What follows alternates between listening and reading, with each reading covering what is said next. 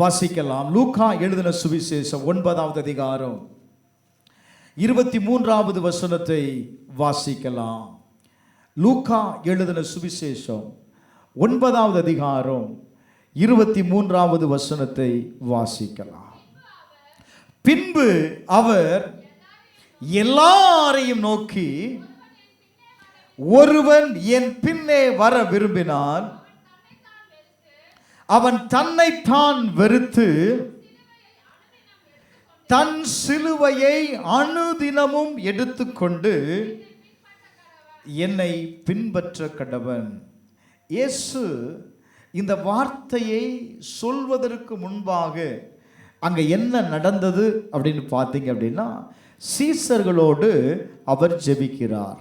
சீசர்களோடு ஜெபித்து முடித்த உடனே பிரைஸ் எல்லாம் அங்கே ஆண்டவர் கேட்குற கேள்விதான், எப்பா ஜனங்கள் என்னை யார் என்று சொல்லுகிறார்கள், என்னை யார் என்று சொல்லுகிறார்கள்? அதற்கு அவர்கள் சொல்றாங்க, ஐயா சிலர் உம்மை யோவான் ஸ்நானகன் என்றும், சிலர் எலியா என்றும், வேறு சிலர் பூர்வ காலத்து தீர்க்கதரிசி என்றும், அவர் இப்பொழுது உயிர்த்தெழுந்திருக்கிறார் என்று சொல்லுகிறார்கள் என்றார். பேதுரு என்ன சொல்றான் தெரியுமா? நீர் தேவனுடைய கிறிஸ்து என்றார். நீ தேவனுடைய கிறிஸ்து என்றார். நல்ல கவனிங்க. இப்பதான் ஆண்டவர் சொல்ற வார்த்தை, என்னை பின்பற்றுகிறவன். அந்த வசனத்துல பிரைஸ் எல்லாம் 3 காரியங்கள் எழுதப்பட்டிருக்கிறது. இயேசு என்னை நம்புன்னு சொல்லல. அந்த 3 காரியத்தை முதல்ல பாருங்க. இயேசு எல்லாரையும் நோக்கி என்னை பின்பற்றி வர விரும்பினால் முதல்ல என்ன செய்யணும்? தன்னைத்தான் வெறுக்க வேண்டும். 2வது தன் சிலுவையை எடுக்க வேண்டும். அது எப்படி எடுக்கணும் அப்படின்னா, அனுதினமும் எடுக்கணும் அப்படின்னு வேதம் சொல்லுது. 3வது என்னை பின்பற்ற கடவன். அல்லேலூயா. அப்போ தன்னை வெறுத்து தன் சிலுவையை அனுதினமும் எடுத்துக்கொண்டு அவரை பின்பற்ற வேண்டும். இயேசு என்னை நம்புன்னு சொல்லல. இயேசு என்ன நம்புன்னு சொல்லல, என்னை பின்பற்று. என்னை நம்புகிறவன் என்ன செய்யணும் அப்படின்னா, என்னை பின்பற்றணும். இந்த பின்பற்றுதல் அப்படின்னா என்ன அப்படின்னு பார்க்கும்போது, இயேசுவை போல வாழவும், இயேசுவை போல பிரைஸ் எல்லாம் தியாகம் செய்வதுதான் அவரை பின்பற்றுகிறது. அவரை பின்பற்றுகிறது. ஆண்டவர் அவரை பின்பற்றுவதற்கு முன்பாக முதலாவது சொல்லுகிற வார்த்தை என்ன தெரியுமா? பிரைஸ் எல்லாம் வாசிங்க. தன்னைத்தான் வெறுக்க வேண்டும். Deny yourself. பிரைஸ் எல்லாம். தன்னை வெறுக்கிறது அப்படின்னா என்ன அப்படின்னா, முழுமையாக என்னை என்ன செய்வது அப்படின்னா மறுப்பது. நாம் நம்முடைய சுய விருப்பங்களை விட்டு விடுகிறது. நான் என்கிற மனப்பான்மையை விட்டு தேவனுடைய முன்னிலையை செயல்படுத்தி, அல்லாது தேவனுடைய விருப்பத்தை என் வாழ்க்கையில் முன்பாக வைத்து அர்ப்பணித்து வாழ்கிறோம் பாருங்க, அதுதான் தன்னைத்தானே வெறுக்கிற ஒரு அனுபவம். கலாத்தியர் 2வது அதிகாரம் 20வது வசனத்தை வாசித்து பாருங்க.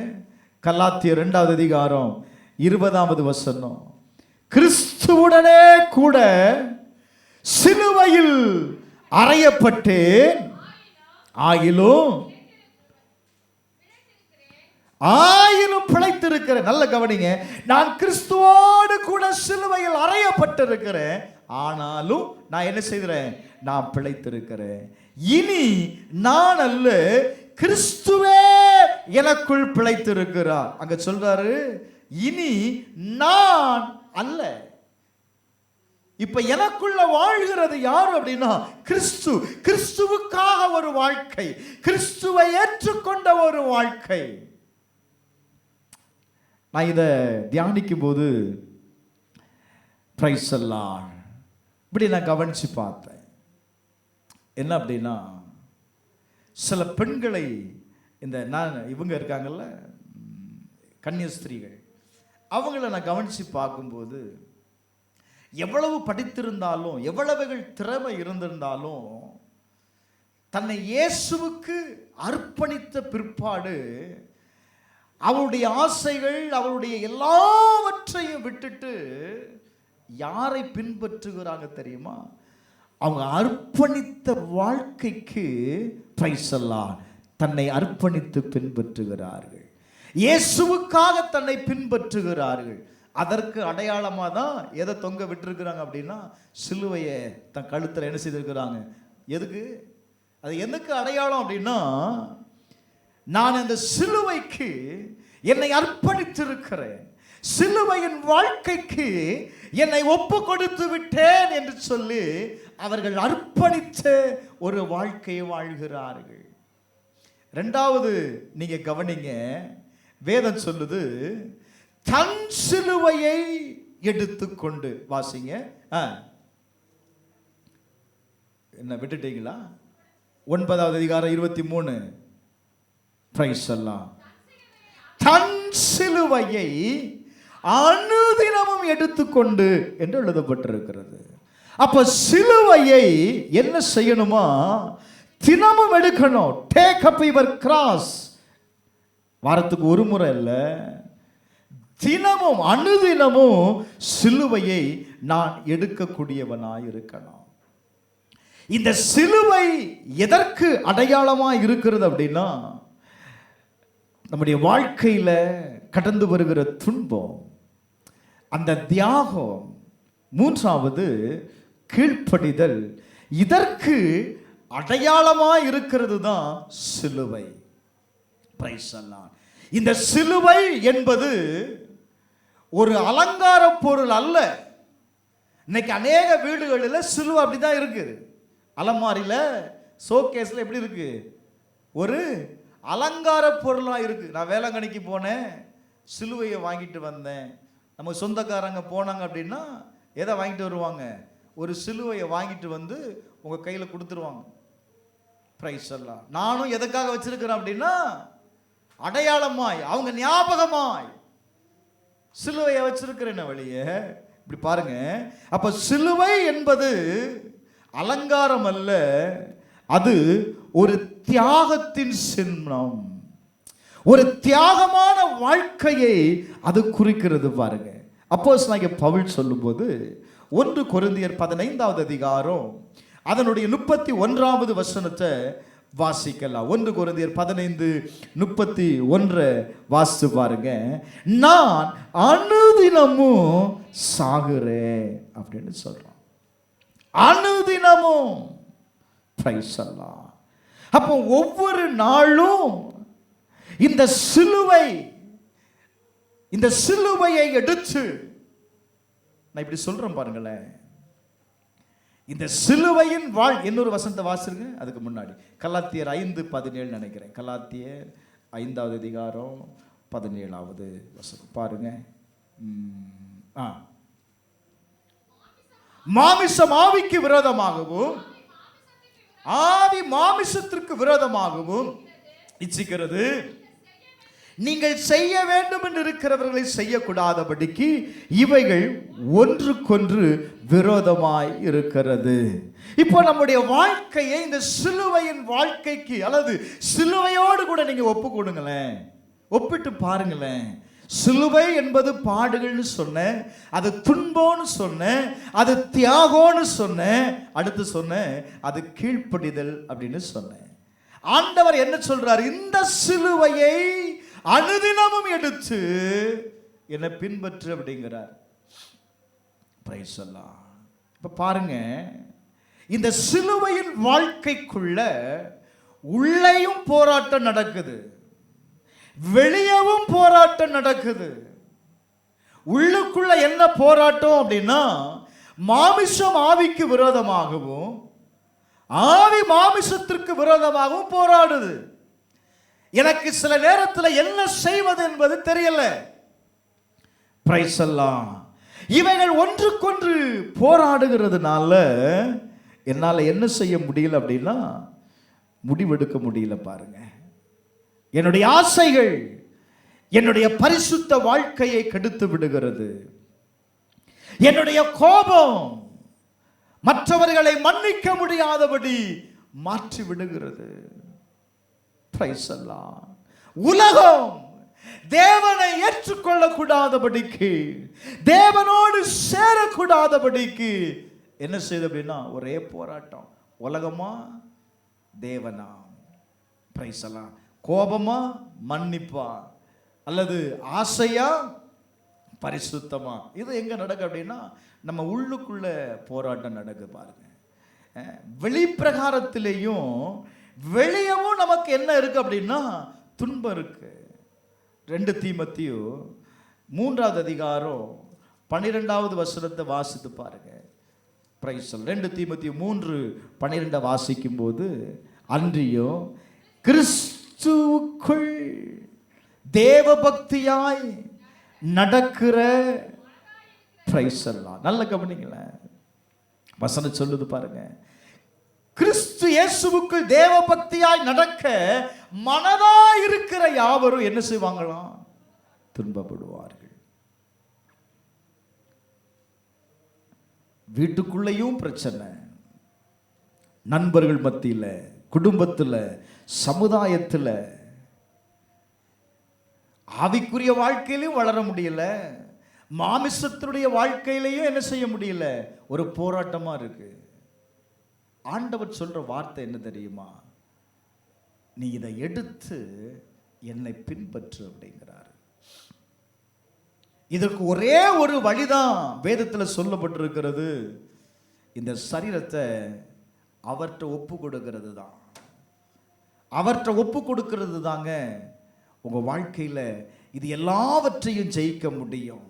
உங்க நேரத்தை, உங்க கனவை, உங்க வாழ்க்கையை நீங்க தேவன்கிட்ட ஒப்பு கொடுத்துட்டீங்க அப்படின்னா உங்க வாழ்க்கை முழுவதும் தேவனால் என்ன செய்யப்படும் அப்படின்னா அது பாதுகாக்கப்படும்.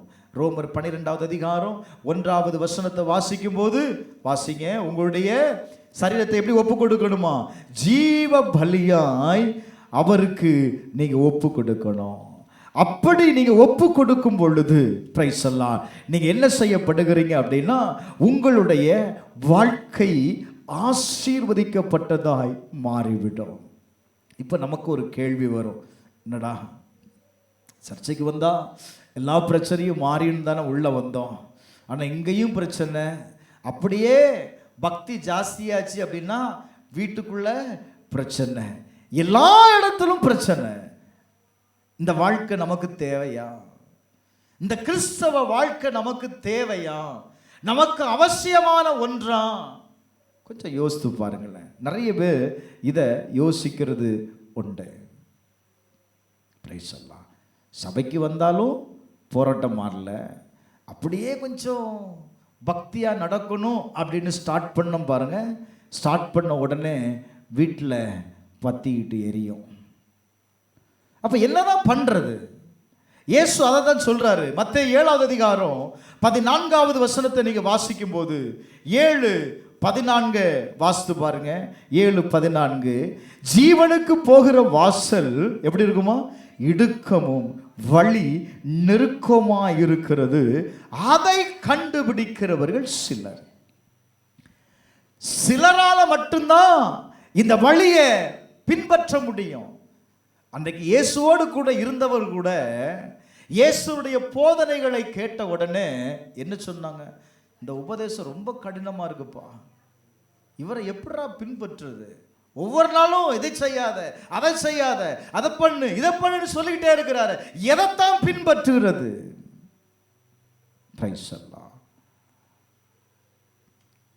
நான் இப்படி சொல்லுவேன், நம்முடைய விசுவாச வாழ்க்கை என்பது அது ஒரு வசதியான விசுவாசம் அல்ல. அது எப்படி இருக்கணும் அப்படின்னா ஒரு உண்மையான விசுவாசமா இருக்கணும். இயேசு நீங்க கவனித்து பாருங்களேன், அவர் யாரையுமே அவர் கூட்டி சேர்க்கவே இல்லை. அவர் சொன்ன வார்த்தை எல்லாமே என்ன பின்பற்றுப்பா. இந்த பின்பற்றுதல் அப்படிங்கிறது சிலுவையை கூட எடுத்துட்டு என்ன செய்திடலாம், போயிடலாம். அவர் பின்னாடி என்ன செய்திடலாம், போயிடலாம். ஆனால் இந்த பின்பற்றுதல் அப்படிங்கிறது ரொம்ப கஷ்டம்.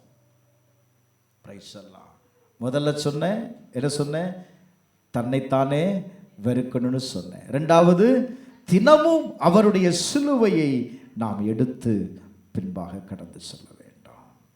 அதனால தான் இந்த சிலுவையின் உபதேசம் அநேகருக்கு கஷ்டமாக இருந்துச்சு. அதை விசுவாசிக்கிறவனுக்கு அது எப்படி இருந்தது அப்படின்னா தேவ பலனாய் இருந்தது, அது தேவனுடைய வல்லமையாய் இருந்தது. ஆண்டவர் சொன்னார், இந்த சிலுவையை எடுத்து என்ன பின்பற்றுப்பா, என்ன பின்பற்று. பிரைஸ் எல்லாம். அவரை பின்பற்றுதல் அப்படிங்கிறது என்ன அப்படின்னா அந்த ஒரு வார்த்தையை மட்டும்தான் கொஞ்சம் ஆழமாக உங்களோடு பகிர்ந்து கொடுக்க விரும்புகிறேன்.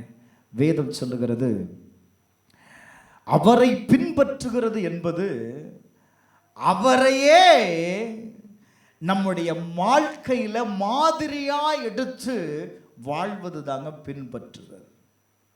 பிரைஸ் எல்லாம். இயேசு தன்னுடைய வாழ்க்கையில் அன்பு உள்ளவராய் இருந்தான், தாழ்மை உள்ளவராய் இருந்தான், கீழ்ப்படிதல் அவருக்குள்ள இருந்தது. யோவான் 13:15 நினைக்கிறேன், இயேசு அங்க சொல்ற வார்த்தையை கவனிச்சு பாருங்க. 13:15, நான் உங்களுக்கு செய்தது போல என்ன செய்யணுமா, நீங்களும் செய்யும்படி நான் எதை காண்பித்து கொடுத்திருக்கிறேன் அப்படின்னா ஒரு மாதிரியை காண்பித்து கொடுத்திருக்கிறேன். அப்ப இயேசு தன்னுடைய வாழ்க்கையில பிரசங்கம் மட்டும் பண்ணல, அந்த வார்த்தைக்கு அவர் எவ்வளவு அன்புள்ளவராய் இருக்கிறார் என்பதை வெளிப்படுத்தினார். தன்னுடைய அன்பை என்ன செய்தார் அப்படின்னா மக்களுக்கு வெளிப்படுத்தினார். பிதா உங்களை நேசிக்கிறாருப்பா, அவர் உங்களை நேசித்ததுனால தான் அவர் நேசித்த குமாரனை உங்களுக்காக என்ன செய்தார்னா ஒப்பு கொடுத்தார். அவர் ஒப்பு கொடுத்தது நிமித்தம் அவருடைய அன்பை நீங்க பார்க்க முடிகிறது. இரண்டாவது பாருங்க, இயேசு தன்னுடைய வாழ்க்கையில எல்லாவற்றிலையும் அவர் தாழ்மை உள்ளவராய் இருந்தார் அப்படின்னு சொல்லுது. மரண பரியந்தமும் தம்மை தாமே அவர் என்ன செய்தார் அப்படின்னா தாழ்த்தினார், தன்னை தாழ்த்தினார். மூன்றாவது, பிதாவினுடைய சித்தத்திற்கு அவர் யாராய் இருந்தார் அப்படின்னா அவர் கீழ்ப்படியக்கூடிய ஒரு நபராய் இருந்தார். அப்போ சீசர்களுக்கு இதை காண்பித்து கொடுக்கிறார். எப்படி காண்பித்து கொடுக்கிறார்? எப்பா, நான் உங்களுக்கு சொல்றது, நான் உங்களுக்கு காண்பிக்கிறது எல்லாமே எதற்காக அப்படின்னா இன்னைக்கு நீ பார்த்துட்டு நாளைக்கு போய் சும்மா இருக்கிறதுக்காக அல்ல, நீங்களும் அதை என்ன செய்யணும் பாருங்க, பின்பற்றும்படி நான் இந்த மாதிரியை காண்பிக்கிறேன். அப்போ கிறிஸ்துவை பின்பற்றுவது என்பது ஒரு ஈஸியான அல்லது சுலபமான பாதை அல்ல. ஏன்னா இந்த பாதை இது நித்திய ஜீவனுக்கு போகிற பாதை. இந்த பாதை எங்க போகிறது அப்படின்னா இதை சிலரால மட்டும்தான் பின்பற்ற முடியும், எல்லாராலையும் பின்பற்ற முடியாது. ஆனா இயேசு என்ன செய்தார் அப்படின்னா எல்லாரையும் பின்பற்ற சொன்னார். வசனம் தான் சொல்லுது, எல்லாரையும் பார்த்து, ஒரு சிலரை மட்டும் இல்லை, அவருடைய சீசர்களை மட்டும் கூப்பிடல, எல்லாரையும் பார்த்து சொன்னேப்பா என்னை பின்பற்றி வா அப்படிங்கிறார். மத்தேயு எழுதின சுவிசேஷம் 16வது அதிகாரம் 25வது வசனத்தை வாசிக்கலாம். மத்தேயு 16:25. தன் ஜீவனை ரட்சிக்க விரும்புகிறவன் அதை இழந்து போவான்.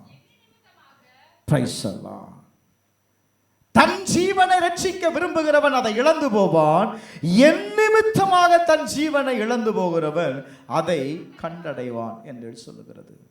அப்ப இயேசுவை பின்பற்றுகிறவன், அதான் முதலே சொன்னாரு, தன்னைத்தானே அவன் என்ன செய்யணும், தன்னை வெறுத்துறணும், தன்னுடைய சுய விருப்பம், அதை எல்லாவற்றையும் வெறுத்து நீ தேவனை சார்ந்து இருக்கும் பொழுது, இங்க சொல்லுது பாருங்க, தன் ஜீவனை ரட்சிக்க விரும்புகிறவன் அதை இழந்து போவான். எதை இழந்து போவான் அப்படின்னா, நீங்க உங்க விருப்பத்திற்காக, உங்களுடைய ஆசைகளுக்காக நீங்க வாழுவீங்க அப்படின்னா இந்த சிலுவை உங்களுடைய வாழ்க்கையில் இல்லை அப்படின்னா, இன்னைக்கு நான் இப்படி சொல்லட்டுமா, இன்னைக்கு ரொம்ப எல்லாருமே அப்படிதான் இருக்கிறோம்ல. என்ன செய்யறோம் அப்படின்னா, தம்முடைய ஜீவனை காப்பாற்றி கொள்வதற்கு என்ன வழி, இதை தான் பார்க்குறோம். ஒரு ஆபத்து வருகிறது, இல்லை ஏதோ ஒன்று நடக்குது அப்படின்னா நம்ம காப்பாற்றி கொள்வதற்கு என்ன வழி, அதை தான் பார்க்குறோம். தம்முடைய ஆத்துமாவை குறித்து அன்னைக்கு யாருக்கும் என்ன இல்லை அப்படின்னா, ஒரு எப்படி சொல்றது, ஒரு ஆயத்தம் இல்லை. பிரைஸ் எல்லாம். ஆனால் தேவன் சொல்லுகிற வார்த்தையை நீங்கள் நல்ல கவனிக்கணும். தன்னுடைய ஜீவனை ரட்சிக்க விரும்புகிறவன் அதை இழந்து போவான். எதை இழந்து போவான் தெரியுமா? நித்திய ஜீவனை இழந்து போவான். நீங்களும் நானும் ஓடிக்கொண்டு இருக்கிறது அந்த நித்திய ஜீவனை சுதந்தரிப்பதற்காக. யோவான் எழுதின சுவிசேஷம் 12வது அதிகாரம் 26வது வசனத்தை வாசிக்கும் போது, ஒருவன் எனக்கு ஊழியம் செய்கிறவனானான், அவன் என்ன செய்ய கடவன்? என்னை பின்பற்ற கடவன். என்னை பின்பற்ற கடவன். இன்னைக்கு நீங்க கிறிஸ்துவை பின்பற்றுகிறீர்களா? கொஞ்சம் யோசித்து பாருங்க.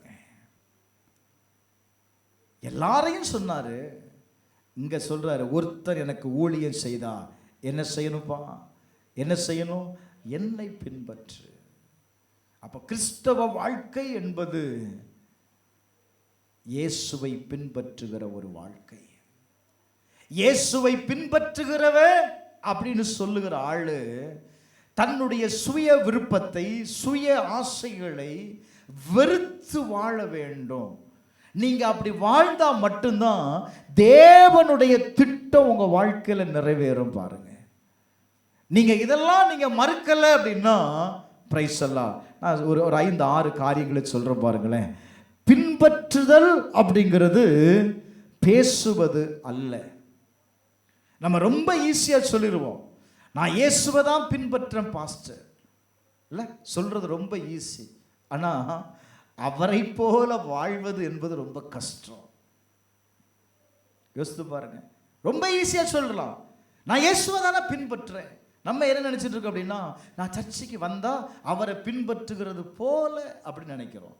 நான் கிறிஸ்தவனா இருந்தா அவனை பின்பற்றுகிறேன் நினைச்சிட்டு இருக்கிறோம். ஹலோ, பின்பற்றுகிறது அது அல்ல, நான் இயேசுவை போல வாழ்கிறது. இயேசு உங்களையும் என்னையும் அழைத்ததே அதற்காகத்தான். யாரை போல வாழ்வதற்கு? இயேசுவை போல வாழ்வதற்கு. நீங்க இயேசுவை போல வாழ்ந்தா மட்டும்தான் எதை வெளிப்படுத்த முடியும் அப்படின்னா, அன்பை வெளிப்படுத்த முடியும். உங்களால தாழ்மையா இருக்க முடியும். உங்களால வசனத்திற்கு கீழ்ப்படிய முடியும். இல்லைன்னா உங்களால முடியவே முடியாது. பிரைஸ் அல்லாஹ். இரண்டாவது, பின்பற்றுதல் என்பது அது ஒரு மாற்றத்தை உண்டாக்கக்கூடியது. பின்பற்றுதல் அப்படிங்கிறது எதை கொண்டு வருது? மாற்றத்தை கொண்டு வரக்கூடியது. மீன் பிடிச்சிட்டு இருக்கவன இயேசு கூப்பிடுறாரு. என்ன சொல்லி கூப்பிட்டாருப்பா? வாங்க சாப்பாடு போடுறேன்னு கூப்பிட்டாரா? உன்னை நான் என்ன செய்ய போறேன்ப்பா? என்னை பின்பற்றி வா, நான் உன்னை மனிதரை பிடிக்கக்கூடியவர்களாய் நான் மாற்றுவேன். ஒரு ஆமென் சொல்லுங்களேன். அப்ப நான் இப்படி சொல்லுவேன், இயேசுவை பின்பற்றுகிற ஒவ்வொருடைய வாழ்க்கையும் என்ன அடையும் அப்படின்னா மாற்றம் அடையும். விசுவாசிக்கிறீங்களா? அதைத்தான் 2 கொரிந்தியர் 5:17 சொல்லுகிறது. ஒருவன் கிறிஸ்துவுக்குள் இருந்தான், அவன் யாரா இருக்கிறான்? புதிய சிருஷ்டியா இருக்கிறான். பழையவைகள் எல்லாம் என்ன செய்யறோம்? ஒளிந்து போயிடும். நீங்க கிறிஸ்துவை பின்பற்றக்கூடியவர்களாய், இயேசுவை பின்பற்றக்கூடியவர்களாய் நீங்க இருப்பீங்கன்னா, பழைய வாழ்க்கை, பழைய ஸ்டைலு, பழைய முறை எதுவுமே உங்ககிட்ட இருக்காது. இருக்காது. ஒவ்வொரு நாளும் புது ஸ்டைல். ஏன்? நம்ம என்ன நினைச்சிட்டு இருக்கோம் தெரியுமா? பழச மறக்க கூடாது பாஸ்டர். பழச என்னதான் இருந்தாலும் பழைய வாழ்க்கையை மறந்துடக்கூடாது. உன்னை யாரும் மறக்க சொன்னா? மாற்றமே அடையாது. வேதம் சொல்லுதுப்பா, எல்லாத்தையும் விட்டுட்டு என்னை பின்பற்றுன்னு இயேசு சொல்றாரு. நான் உன்னை மனிதரை பிடிக்கிறவர்களாய் மாற்றுவேன் அப்படின்னு ஆண்டவர் அவனை அழைக்கிறார். அப்ப நல்ல கவனிங்க, நம்முடைய வாழ்க்கையில மாற்றம் கடந்து வருவதற்கு, எல்லாரும் மாற்றம் வருவதற்கு என்ன செய்யறோம் அப்படின்னா ஆசைப்படுறோம், விரும்புகிறோம், தப்பு இல்லை. ஆனா மாற்றம் வருவதற்கு நான் சொல்லுவேன், நீங்க இயேசுவை பின்பற்றணும். அல்லேலூயா, அல்லேலூயா.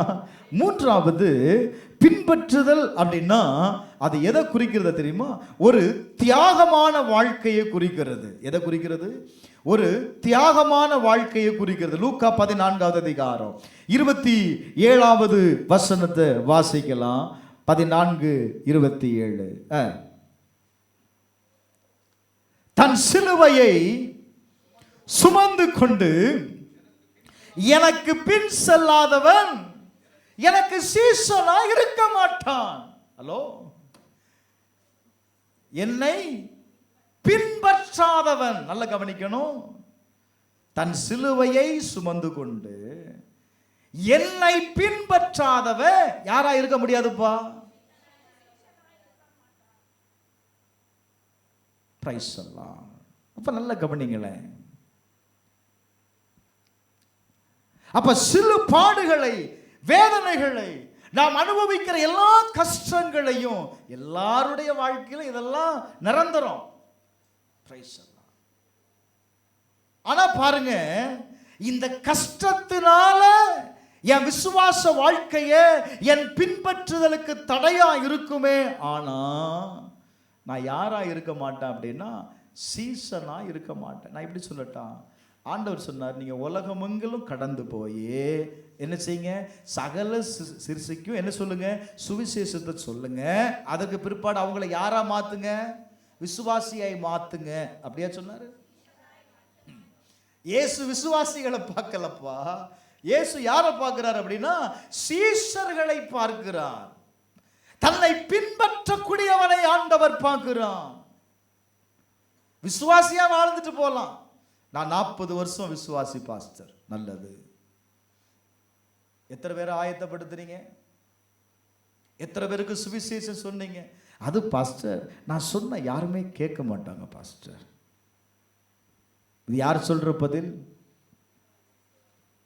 இயேசு அதனால்தான் எல்லாரையும் விசுவாசிகளா ஆக்குங்கள்னு சொல்லவே இல்லை. யாரா உருவாக்கிறவங்கள? சீஷர்களாய் உருவாக்குற. அவனை என்னை பின்பற்ற அவனை நீ உருவாக்கிட்ட அப்படின்னா அவன் என்ன செய்திருவான்? தன் வாழ்க்கையில எந்த சூழ்நிலையிலையும் என்னை விட்டு என்ன செய்ய மாட்டான், போக மாட்டான். நீங்க சீசர்களா இருக்க விரும்புறீங்களா? இல்லை இப்படியே விசுவாசியா இருந்துட்டு போயிடுறேன் பாஸ்டர், அந்த சீசர் ரொம்ப கஷ்டம். அது ரொம்ப சுவிசேஷத்தை போய் சொல்லணும், அவனை மறுபடியும் நான் சர்ச்சைக்கு வர்றதே ரொம்ப கஷ்டமா இருக்கு, அவரை வேற சர்ச்சைக்கு கூட்டிட்டு வர சொல்றீங்க. இதெல்லாம் நடக்கக்கூடிய காரியமா?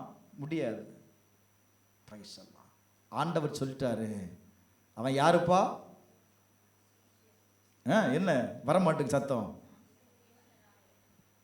என்னை பின்பற்றாதவன் எனக்கு சீசனா இருக்க மாட்டான். அல்லேலூயா. கர்த்தர் தன்னை பின்பற்றுகிறவர்களை அவர் யாரா பார்க்கிறார் அப்படின்னா சீசராய் பார்க்கிறார். அல்லேலூயா. அப்போ அந்த சீசன் அப்படிங்கிற ஒரு வாழ்க்கை, நான் இப்படி சொல்றேன், பொதுவாக கிறிஸ்தவம் அப்படின்னாலே ஒரு தியாகம் நிறைந்த வாழ்க்கைங்க. உலகத்தில் இருக்கிறவன் நம்புறான், ஏய் அவன் கிறிஸ்தவன்பா, அவன் கோபப்பட மாட்டான். ஆனா அவனை விட நம்ம தான் கோபப்படுறோம். நம்மளை குறித்து நல்ல எண்ணம் தான் எங்க இருக்கு? உலகத்தில் இருக்கு. கொஞ்சம் நல்லா யோசிச்சு பாருங்க. அவன் கிறிஸ்தவன்பா, அவன் பொய் சொல்ல மாட்டான், அவன் சொல்றத நம்பலாம் அப்படிங்கிறான். ஆனா நம்ம தான் பொய்க்கு பிதாவா இருக்கிறோம். கொஞ்சம் யோசிச்சு பாருங்க. இது எதனால அப்படின்னா, நான் விசுவாசியா இருக்கிறதுனால எனக்குள்ள கிறிஸ்துவனுடைய சுபாவங்கள் தரித்து இருக்க மாட்டேங்குது. அதனாலதான் பவுல் சொல்லுகிறான், அவருடைய அச்சடையாளங்களை நான் என்ன செய்திருக்கேன் தெரியுமா? என் சரீரத்துல நான் தரித்து இருக்கேன். அப்படின்னா என்ன, அச்சு குத்துறதா? இல்ல, அவருடைய சுபாவங்களை எனக்குள்ள நான் கொண்டு வந்துட்டேன். அவருடைய சுபாவங்கள் எனக்கு வந்ததனால முன்னாடி இருந்த சுபாவங்கள் என்னை விட்டு போயிருச்சு. என்னை விட்டு என்ன செய்திருச்சு? போயிருச்சு. அப்ப நல்ல கவனிங்களேன். அப்ப நம்முடைய சுபாவங்கள் மாற்றம் அடைவதற்கு என்ன வேணும் அப்படின்னா, ஒரு தியாகமான வாழ்க்கை வேணும்பா. பின்பற்றுதல் என்பது அது ஒரு அன்பின் வெளிப்பாடாய் இருக்கிறது.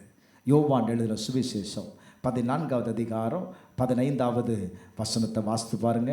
வேதம் சொல்லுகிறது, நீங்கள் என்னிடத்தில் அன்பா இருந்தால் என் கற்பனைகள் கைக்கொள்ளுங்கள். ஹலோ, அப்ப இயேசுவை பின்பற்றுகிறவனிடத்துல என்ன இருக்கும் அப்படின்னா, தேவனுடைய அன்பு இருக்கும். அவருடைய அன்பு உனக்குள்ள இருந்தா உங்களை நீங்க ஆட்டோமேட்டிக்கா என்ன செய்திருவாங்க அப்படின்னா, அவருடைய கற்பனைகளை நீங்க கை கொண்டுருவீங்க. அவர் சொன்ன உபதேசம் இருக்குல்ல, அவர் சொன்ன காரியங்களை உங்களால் என்ன செய்ய முடியும்னா, இந்த கீழ்ப்படிதல் அப்படிங்கிறது சாதாரணமா இயற்கையாகவே நமக்குள்ள வந்துரும் பாருங்க. இப்ப நல்ல கவனிங்க. ஏன் நம்மளால வசனத்திற்கு கீழ்ப்பட முடியல? ஏன் வசனத்தை நம்மளால ஏற்றுக்கொள்ள முடியல அப்படின்னா, நம்ம யாரா இருக்கிறோம்? விசுவாசியா இருக்கிறோம். இன்னும் யாராய் வரல அப்படின்னா, இயேசுவை பின்பற்றக்கூடியவர்களாய் மாறல. நான் மறுபடியும் சொல்றேன், இயேசு சொன்னா, ஒருவன் என்னை பின்பற்றி வர விரும்பினான், ஒருவன் கிறிஸ்தவனாய் வாழ விரும்பினா இந்த 3 காரியத்தை அவன் செய்திருக்கணும். முதல்ல என்ன செய்திருக்கணும்? தன்னை என்ன செய்திருக்கணும்? வெறுத்திருக்கணும். 2வது, அனுதினமும் தன்னுடைய வாழ்க்கையில அவன் சுமக்கிற பாடுகளை எடுத்துக்கொண்டு எங்க வந்துடணும் அப்படின்னா, இயேசுகிட்ட வந்துடும். சபையில வந்து உட்கார்ந்துக்கிட்டு எனக்கு தலைவலி, அதனாலதான் பாஸ்டர் நான் சர்ச்சுக்கு வரலன்னு நீ காரணத்தை சொல்லக்கூடாது. உன்னுடைய விசுவாச வாழ்க்கைக்கு எதுவுமே எதை செய்யக்கூடாது அப்படின்னா, தடையாய் வந்துடக்கூடாதுன்னு வேதம் சொல்லுது. 3வது, என்னை பின்பற்று. இந்த பின்பற்றுதல் அப்படிங்கிறது ஒரு பாதை பாருங்க. இயேசு என்ன சொல்றாரு? வாசிங்க, மத்தேயு சுவிசேஷம் 4வது அதிகாரம் 19வது வசனத்தை வாசிக்கலாம். 4:19. என் பின்னே வாருங்கள். இயேசு என்ன சொன்னாரு? என் பின்னே வாருங்கள். இப்போ இயேசு கலிலேயா கடலோரமா போயிட்டே இருக்கிறார். போயிட்டே இருக்கும்போது அங்க மீன் பிடிக்கிறவர்களா இருந்த 2 பேரை பார்க்கிறார். பேதுருவையும் அந்திரேயாவையும் பார்க்கிறார். அவங்க கடல்ல வலையை போட்டுட்டு இருக்கும்போது இயேசு பார்த்துட்டு சொல்றாரு, என்ன சொல்லுங்க, என்ன? என் பின்னே வாங்க, என் பின்னே வாங்க. பிரைஸ் எல்லாம். அப்ப என் பின்னே வாங்கன்னா என்ன அர்த்தம் சொல்லுங்க? இயேசுவுக்கு முன்னாடி போகிறது இல்லை, அவர் போகிறார். அவர் போகிற பாதையில நானும் போகணும். அப்போ நம்ம ஒவ்வொருடைய வாழ்க்கையிலையும் தேவன் ஒரு பாதைகளை வைத்திருக்கிறார். அதனால தாங்க வசனம் சொல்லுது, நீ நடக்க வேண்டிய வழியை யார் காண்பிப்பாராம்? ஆமா, நம்ம என்ன செய்யறோம்? என் வழி தனி வழின்னு நம்ம ரூட் போட்டு போறோம். அதுதான் சில நேரத்தில் காரியம் வாய்க்காம போகுது. ஆண்டவர் சொல்றாரு, உனக்காக ஒரு வழியை நான் திறந்து வைத்திருக்கிறேன். அவங்ககிட்ட சொல்றாரு, என்னை ஏன் பின்ன வாங்கப்பா, உங்களை நான் என்ன செய்வேன்? மனுஷரை பிடிக்கிறல. உடனே அவர்கள் வலைகளை விட்டு என்ன செய்தாங்க அப்படின்னா, பின் சென்றார்கள். பின் சென்றாங்களா இல்லையா சொல்லுங்க? பின் சென்றாங்களா? பிரைஸ் எல்லாம். அப்ப நல்ல கவனிங்க, பின்பற்றுதல் என்பது கர்த்தர் நமக்கு காட்டுகிற பாதையில் நாம் கடந்து செல்வது தாங்க பின்பற்றுதல். இந்த பின்பற்றுதலுக்கு ஒரு 3 அடையாளங்கள் இருக்கிறது. நான் இப்ப இயேசுவை நான் பின்பற்றுகிறவனா நீங்க சொல்லலாம். நான் இயேசுவை தான் பாஸ்டர் நான் பின்பற்றுகிறேன் அப்படின்னா, இந்த அடையாளம் உங்களுக்குள்ள இருந்துச்சு அப்படின்னா நீங்க இயேசுவை பின்பற்றுகிறீர்கள் அப்படின்னு அர்த்தம். இந்த அடையாளம் உங்களுக்குள்ள இல்லை அப்படின்னா நீங்க விசுவாசி தான், அதுல எந்த மாற்றமும் இல்லை. அப்போ அந்த அடையாளம் என்ன? 1 யாக்கோபு 1வது அதிகாரம் 22வது வசனம். யாக்கோபு 1:22.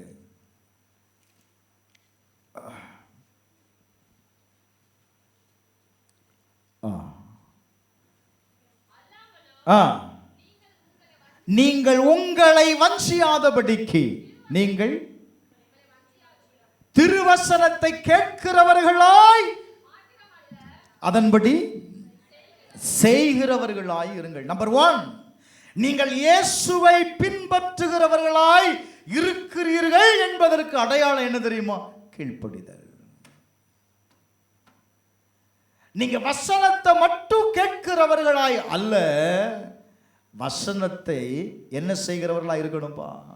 ஹல்லேலூயா. அந்த வசனத்தின்படி செய்கிறவர்களாய் இருக்கணும். வசனத்தை நம்ம வார வாரம் கேட்டுட்டு கீழ்ப்படியலன்னு வைங்களேன், அந்த வசனத்தின்படி நடக்கலன்னு வைங்களேன், அப்ப நீங்க யார் அல்ல?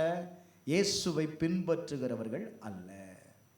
ஏன்னா வேதம் சொல்லுது அவரை பின்பற்றுகிறவன், அவரை பின்பற்றுகிறவன் என்ன செய்யணும் அப்படின்னா கீழ்ப்படியணும்.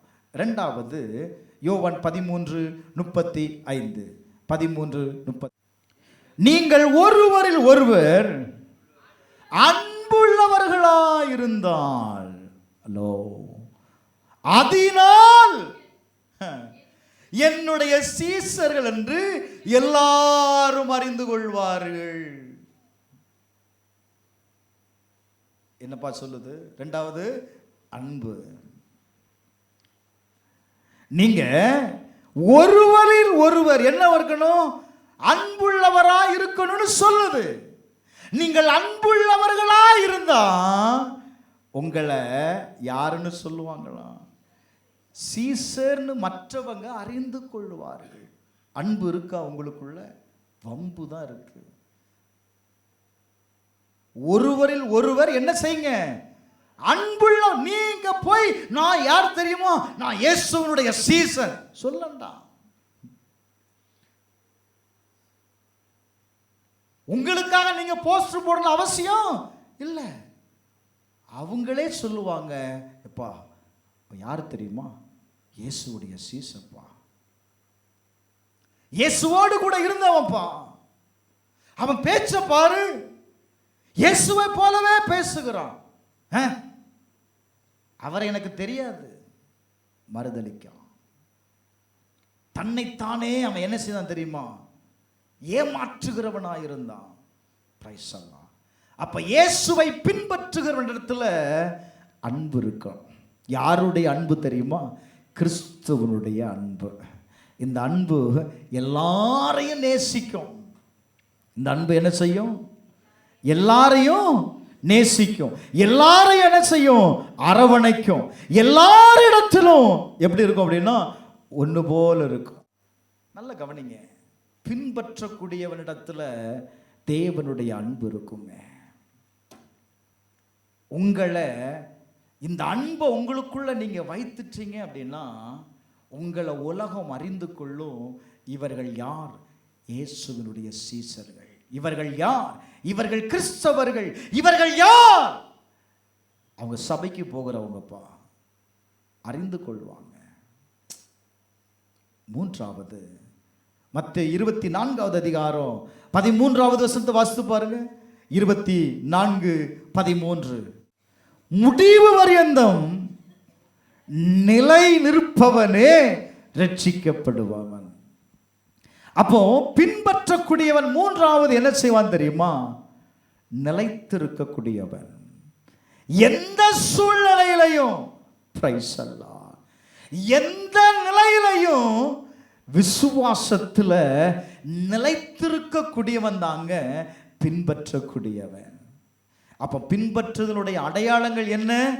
முதல்ல கீழ்ப்படிதல், இரண்டாவது அன்பு, மூன்றாவது நிலைத்திருக்கக்கூடியது. அப்போ உண்மையா பின்பற்றக்கூடிய ஒருத்தன் இருந்தா போலியாய் பின்பற்றக்கூடியவன் இருப்பான். புரியுதா புரியலையா? உண்மையாய் பின்பற்றக்கூடியவன் ஒருத்தன் இருந்தா அவரை போலவே, யாரு? இந்த பின்பற்றக்கூடியவனை போலவே போலியான ஒரு ஆள் என்ன செய்வான்? டூப்ளிகேட் ஒருத்தன் இருப்பான். அது யாரு அப்படின்னா அதையும் வேதம் சொல்லதான் செய்யுது. மத்தேயு 15வது அதிகாரம் 8வது வசனத்தை வாசித்து பாருங்க. 15:8 இந்த ஜனங்கள் என் வாயினால் என்னிடத்தில் சேர்ந்து தங்கள் உதடுகளினால் என்னை கனம் பண்ணுகிறார்கள், அவர்கள் இருதயமோ எனக்கு தூரமா இருக்கிறது. பிரைஸ் அல்லாஹ். நான் சர்ச்சில் தான் பாஸ்டர் இருக்கிறேன். வேதம் சொல்லுது வாயினால் என்னிடத்தில் சேர்ந்து. எது சேரல? இருதயம் சேரல.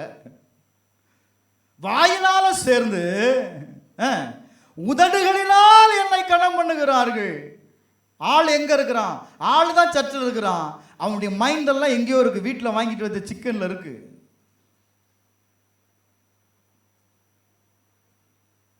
கொஞ்சம் யோசித்து பாருங்க. இவர் தான் டூப்ளிகேட் பின்பற்றுகிறவர்கள். ஆராதனை இருக்கும், ஜெபம் இருக்கும், ஆனா இருதயத்தில் மட்டும் மாற்றம் இருக்காது. யாருடைய வாழ்க்கையிலெல்லாம் மாற்றம் வரலையோ அத்தனை பேரும் யாருன்னு சொல்லுதுப்பா? டூப்ளிகேட். நான் சொல்லல, என்ன நீங்க முறைக்கிறீங்க. யாருன்னு சொல்லுது? பின்பற்றாத போலியான பின்பற்றுதல் சொல்லுது. ஏன்னா அவரை பின்பற்றுகிறவன் என்ன உண்டாகணும்? சீக்கிரம் சொல்லுங்க. மாற்றம் உண்டாகணும். தன் வாழ்க்கையில மாற்றம் வரல அப்படின்னா நீங்க சரியா பின்பற்றாத ஆளுன்னு அர்த்தம். பிரைஸ் அல்லாஹ். ஆராதனையில மாற்றம் வரணும், துதிக்கும் போது மாற்றம் வரணும், தேவனை பாடும்போது எனக்குள்ள ஒரு ஆவியில் நிறைவு வரணும். அது வந்தாதான் நான் யாரை பின்பற்றுகிறேன் அர்த்தம். நான் இயேசுவை பின்பற்றுகிறேன். நான் இப்படி சொல்லி முடிக்கிறேன். நீங்க உண்மையாகவே தேவனை பின்பற்றுவீங்கன்னா பின்பற்றுகிறவர்களுக்கு வரக்கூடிய பலன் என்ன தெரியுமா? சமாதானம். ஆண்டவர் சொன்னார், இந்த உலகம் கொடுக்கக்கூடிய சமாதானம் இல்லப்பா, என்னுடைய சமாதானம். நீங்க எதை எதிர்பார்க்கிறீர்களோ அது அத்தனையும் அந்த சமாதானத்திற்குள்ள இருக்கு. இரண்டாவது, தேவனோடு ஒரு உறவை உங்களால் வைத்துக் கொள்ள முடியும். மூன்றாவது, நித்திய ஜீவன். கொஞ்சம் நல்லா கவனிங்க. வெளிப்படுத்துகிற விசேஷம் வாசிக்கல, 2வது அதிகாரம் 10வது வசனம் நினைக்கிறேன். 2:10. பிரைஸ் அல்லாஹ். நீ படப்போகிற பாடுகளை குறித்து பயப்படாத. இதோ நீங்கள் சோதிக்கப்படும் பொருட்டாக பிசாசானவர் உங்களை சிலரில் என்ன செய்வான்? காவலில் போடுவான். 10 நாள் உபத்திரவப்படுவீர்கள். ஆகிலும் நீ மரண பரியந்தம் உண்மையாயிரு. அல்லோ, நீ மரண பரியந்தம் உண்மையாயிரு. எல்லா போராட்டத்திலையும் எல்லா சூழ்நிலைகளையும் நீ உண்மையா மட்டும் இருந்துரு. ஆண்டவர் சொல்றாரு, ஜீவ கிரீடத்தை உனக்கு தருவேன். எத்தனை பேர் விசுவாசிக்கிறீங்க? அல்லேலூயா. தேவனை பின்பற்றுகிறதுனால எனக்கு என்ன பிரயோஜனம்? இதுதான்ப்பா பிரயோஜனம்.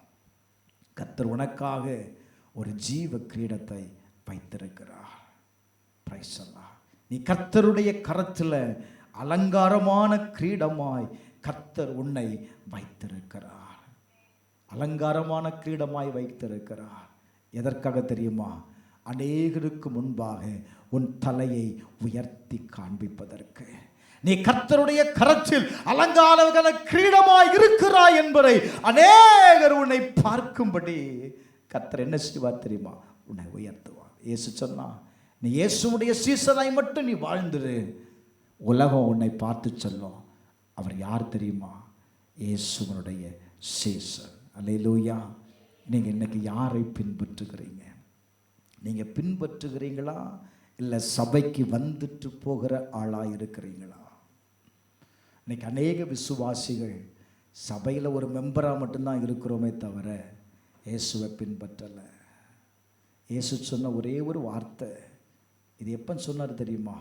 அவருடைய சிலுவைக்கு முன்பாக அவர் சொன்ன வார்த்தை, என்னை பின்பற்றிரு.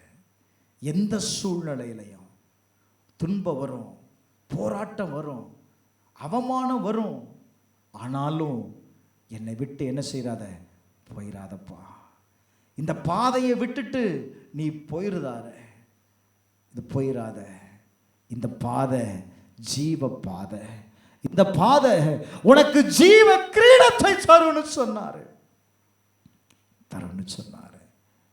இதெல்லாம் சொல்லி முடித்த உடனே இயேசு சொன்னார், மனுஷகுமாரன் ஒப்பு கொடுக்கப்பட வேண்டிய வேலை வந்துருச்சுப்பா. வந்துருச்சு. பிரைஸ் எல்லாம் கொஞ்சம் நல்ல கவனிங்க. இயேசு சொன்ன வார்த்தை தான் நான் சொல்றேன்.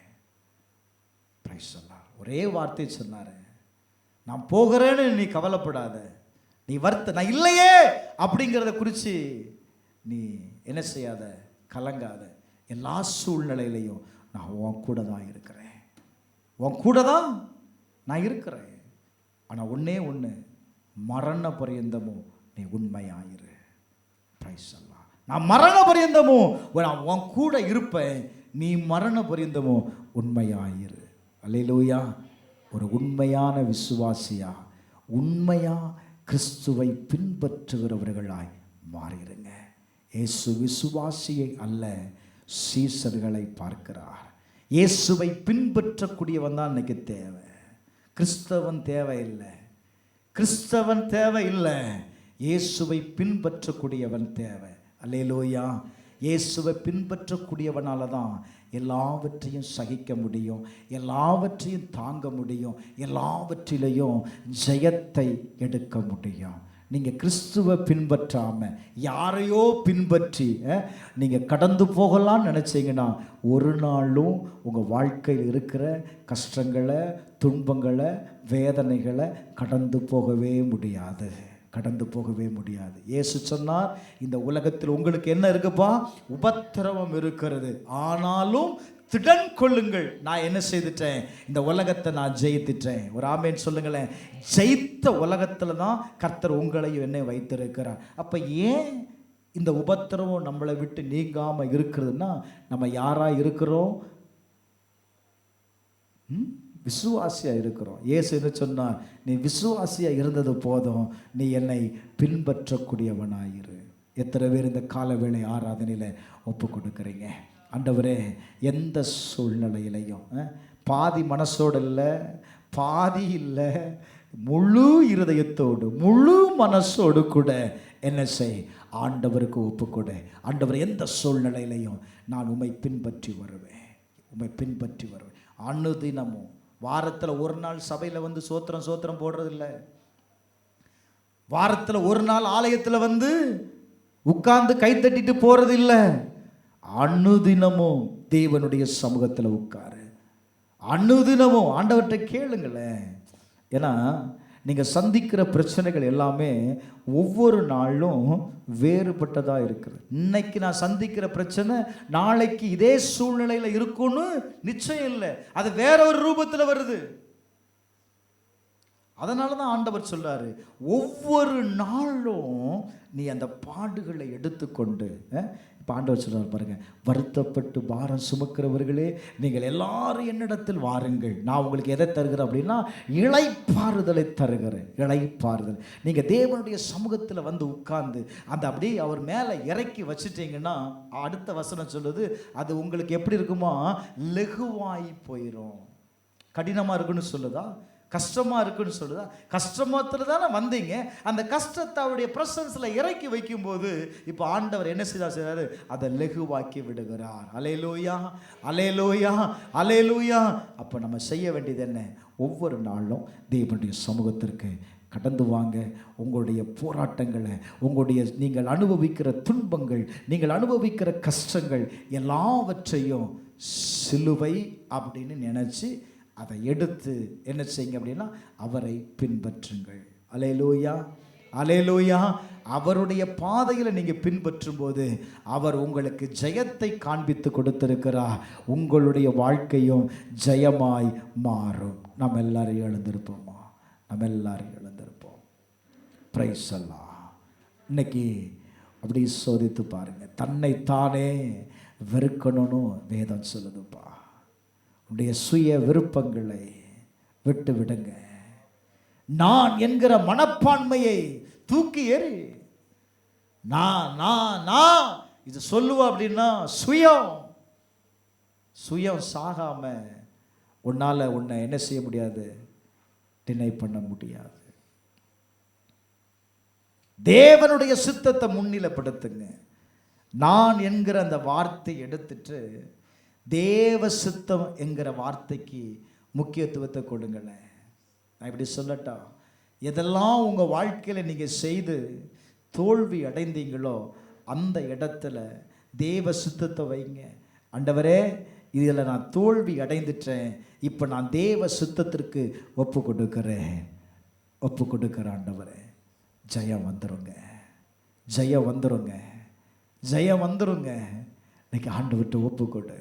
நீ தோல்வி அடைந்த வாழ்க்கையை ஒப்புக்கொடு. தோல்வி அடைந்த பிஸ்னஸை ஒப்புக்கொடு. எந்தெந்த பகுதியிலெல்லாம் தோல்வி அடைந்தீங்களோ அதையெல்லாம் இயேசுவின் சித்தத்துக்கு ஒப்புக்கொடு.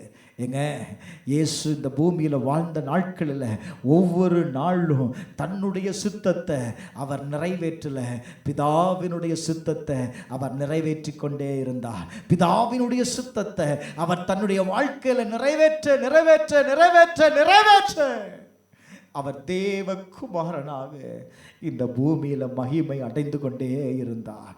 நான் சொல்லுவேன், நீங்கள் தேவ சித்தத்தை மட்டும் செய்வீங்கன்னா நீங்கள் சாதாரணமானவர்கள் அல்ல. நீங்கள் ஒவ்வொருவரும் தேவனால் அழைக்கப்பட்டவர்கள், தேவனுடைய பிள்ளை என்கிற அடையாளத்தோடு இந்த பூமியில் உங்களை கர்த்தரால வாழ வைக்க முடியும்.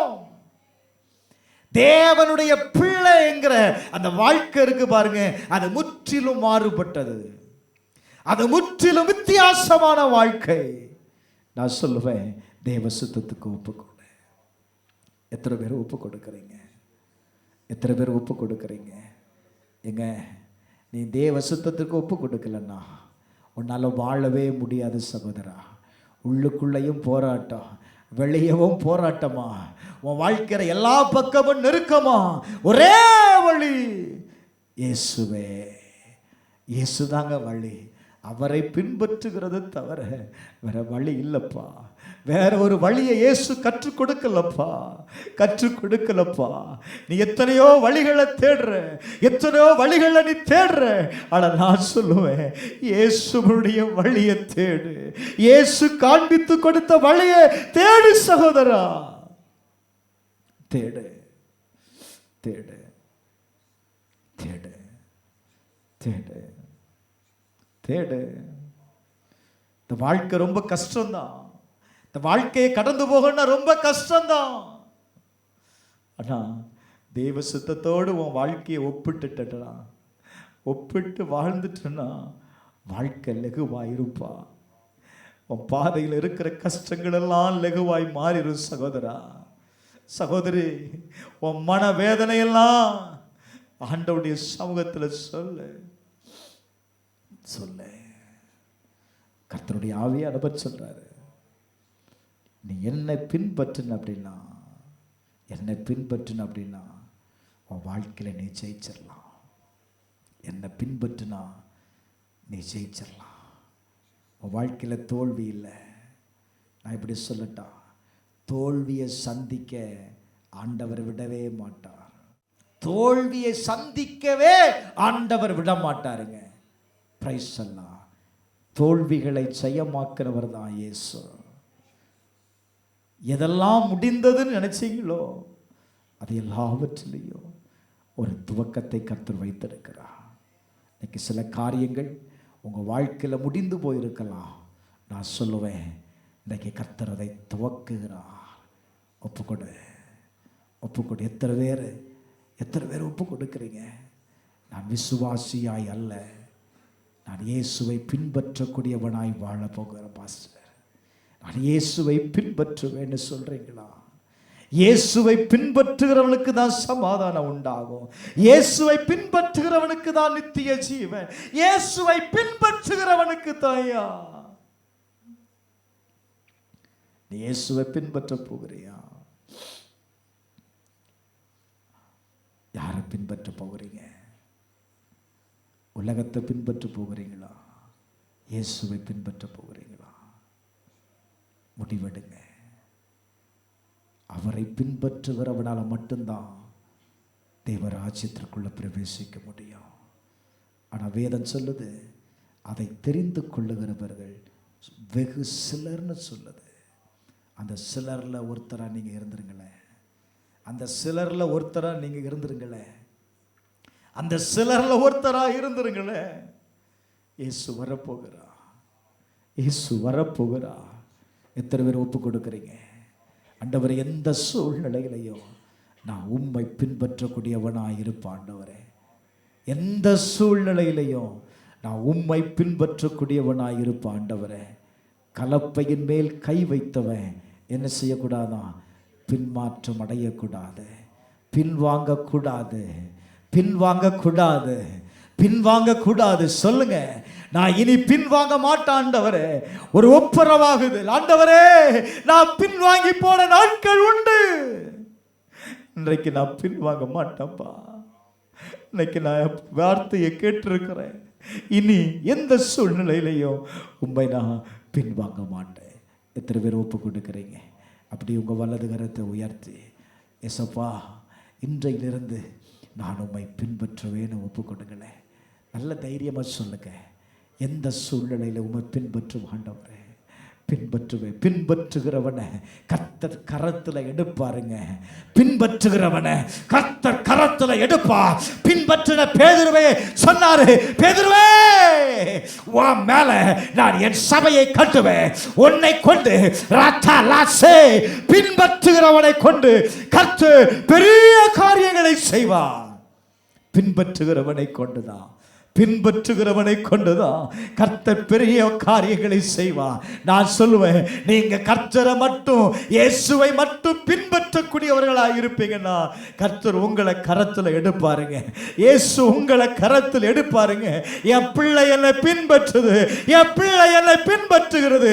வேதம் சொல்லுகிறது, அவன் ஒரு நாளும் கனவீனம் அடைய மாட்டான். வேதம் சொல்லுகிறது, பிதாவானவர் அவனை கனம் பண்ணுவாரா.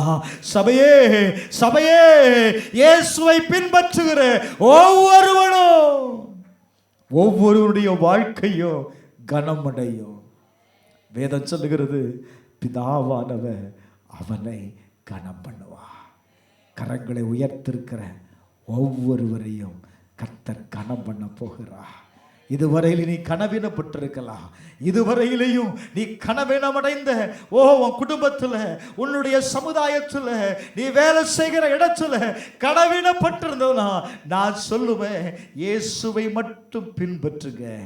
உங்களுக்கு வர வேண்டிய கனம் வந்து கொண்டே இருக்கிறது. உங்களுக்கு வந்து சேர வேண்டிய கனம் வரும். சமுதாயம் என்ன சொல்லுது? குடும்பம் என்ன சொல்லுது? ஃப்ரெண்ட்ஸ் என்ன சொல்கிறாங்க? யோசிக்கவே யோசிக்காத, இயேசுவை மட்டும் பின்பற்று. கர்த்தர் உன் வாழ்க்கையை ஆசீர்வதிப்பார். ஒப்பு கொடுப்போமா? எங்கள் பரலோக பிதாவே, இந்த நாளில் கரங்களை உயர்த்தப்பட்டிருக்கிற ஒவ்வொருவருக்காக நான் செபிக்கிறேன்ப்பா. ஒவ்வொருடைய கரத்தையும் கர்த்தர் பிடிங்க ஆண்டவரே. உம்மை பின்பற்றுகிறவர்களை கர்த்தர் உம்மோடு கூட இருக்க நீங்கள் செய்தீங்கப்பா. அவர்களை எடுத்து பயன்படுத்தினீங்க, தேசத்தில் அடையாளப்படுத்தினீங்க, வெளிப்பாடுகளை கர்த்தர் கொடுத்தீங்களப்பா. கரம் உயர்த்தப்பட்டிருக்கிற ஒவ்வொருவருக்காக நான் செபிக்கிறேன்ப்பா. எந்த சூழ்நிலையிலையும் இயேசுவை நான் பின்பற்றுகிறேன் என்று சொல்லி வாக்கு கொடுத்த ஒவ்வொருவருக்காக நான் செபிக்கிறேன். அப்படி வாழ்க்கை ஆசீர்வதிக்கப்படட்டும். ஒரு உன்னதமான வாழ்க்கையை வாழ கர்த்தர் உதவி செய்யும். இந்த வாழ்கிற இந்த பூமியில என் பிள்ளைகளை கர்த்தர் அடையாளப்படுத்துவீராக. இயேசுவின் நாமத்தினால இவர்கள் அழைக்கப்பட்டவர்கள், இவர்கள் தேவனுடைய பார்வையில ஆண்டவரே விலையேற பெற்றவர்கள் சொல்லுதுப்பா. கர்த்தர் இவர்களை இந்த உன்னதமான வாழ்க்கைக்கு நேராக இவர்களை ஒப்பு கொடுக்கிறேன். கர்த்தர் ஆசீர்வதித்து தங்கள் செய்கிற எல்லா காரியத்திலையும் கர்த்தர் கூட இருங்க. இயேசுவின் நாமத்தில் ஜெபிக்கிறேன் நல்ல பிதாவே, ஆமென்.